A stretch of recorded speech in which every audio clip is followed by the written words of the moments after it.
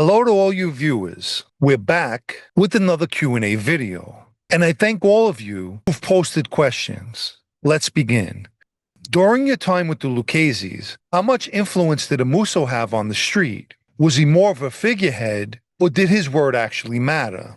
I've spoken about this in the past. Vic is the official boss, but one who's serving life in prison, and most likely, that's where he'll die.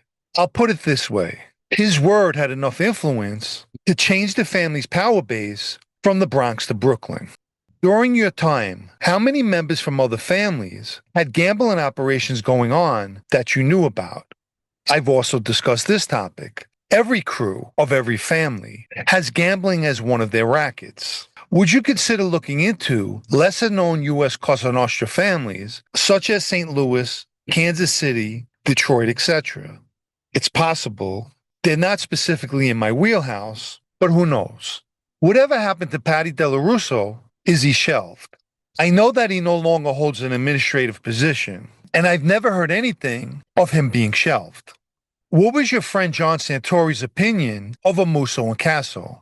He's never brought either of them up in conversation. I'm sure he knew Vic, but again, I've never heard him mention him. Do you know of any Mafia groups having an active presence in Switzerland? I don't think so, as Switzerland is neutral.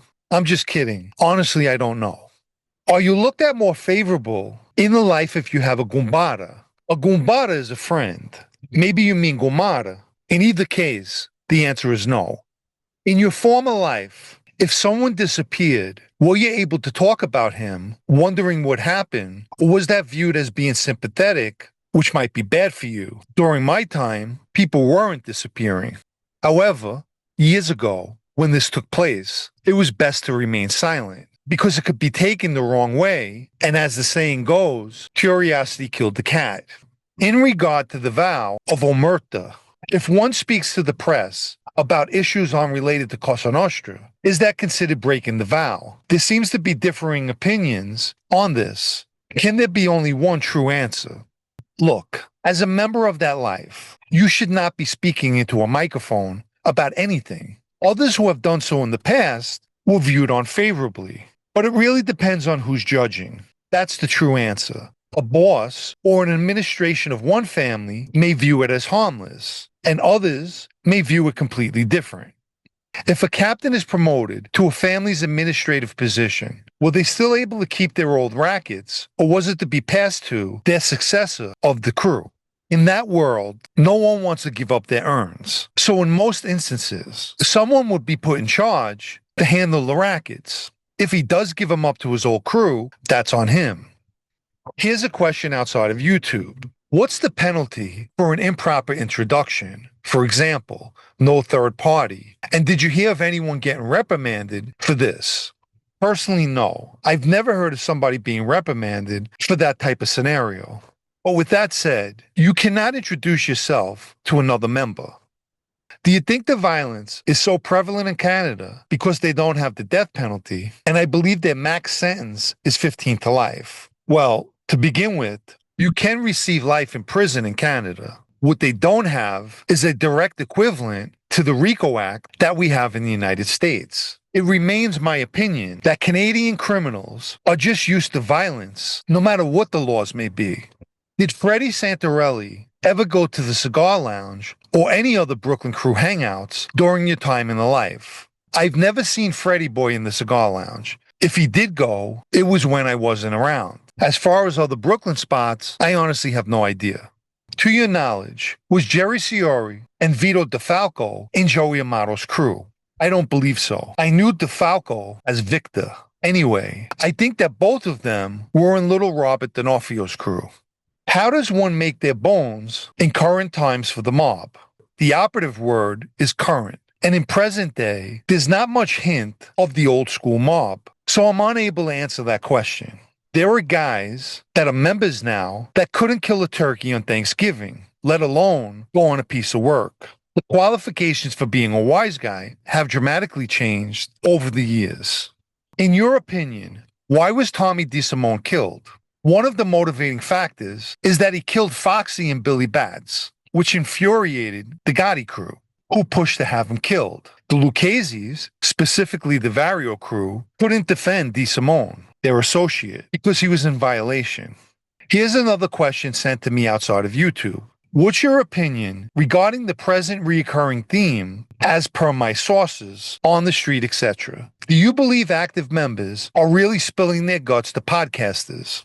I wasn't going to answer this, but here we go. In the world of media and journalism, people providing information is of the utmost importance and should be closely guarded. Lately, I hear a great deal of wacky things being claimed.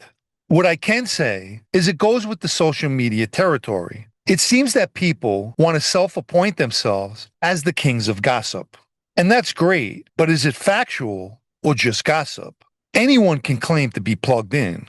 I recently heard that in some of these instances, there's money being exchanged for information. And this is where things get tricky. Some people are desperate and will feed you what sounds good just for a payday. But here's a more important question. Do you think that kind of person is satisfied with just one payment? They're not. So they'll keep coming up with fabricated bullshit. So to answer this question, while there may be one or two guys speaking at a school or speaking to people that they shouldn't be, I believe a great deal of information being put forth as gospel is anything but. More power to them. If you haven't liked this video yet, please take the time now and give it a like, as it helps with YouTube's algorithm. Anyone who'd like to show their appreciation for videos like this, or more importantly, help me to continue making them, you can donate with the Super Thanks icon down below or through the PayPal Cash App links in the video's description. Let me quickly mention my blog, also called Sit Down News, especially for those of you who still enjoy reading. The site can be found at sitdownnews.com and is a paid subscription. And for the final question, I have a two-part question for you. One thing about you that seems to come through in how you respond to questions and how you carry yourself is that you have a high level of confidence. Were you always this way, or do you think your time in the life helped your confidence? Also, in my experiences, I find that confidence is something that quite a lot of men struggle with for various reasons. Certainly, there is a fine line between arrogance and confidence, and I find many men today are on either side of the extremes. If you were to offer some advice to men that could use the help, how would you help to coach confidence in men today? As we all go through life, you'll take notice that some people are confident and others are not. And this, I believe, comes from childhood and the home, but of course can be changed. And yes, there is a thin line between confidence and arrogance. You should never want to cross that line. As an example, the unconfident man will tell you how much of a tough guy he is, whereas the confident man says nothing, but will go to town on you if need be. I thank you for saying I have a high level of confidence. My confidence comes from speaking the truth and knowing who I am, and had nothing to do with my former life. My advice is, try to be very conscious of your thoughts. Lack of confidence clings to thoughts of, I can't or don't want to. Confident thoughts say to yourself, I can and will. Your mind must be in sync with your intentions, whatever they may be. Asking a girl out, achieving a goal, making an investment, or what have you. You may fail, but you'll never know if you let those negative thoughts consume you. They told Christopher Columbus he was crazy. I think we know how that turned out, a result of his confidence. So whatever it is that you want to do or achieve, believe that you will, believe that you can, and it will eventually happen.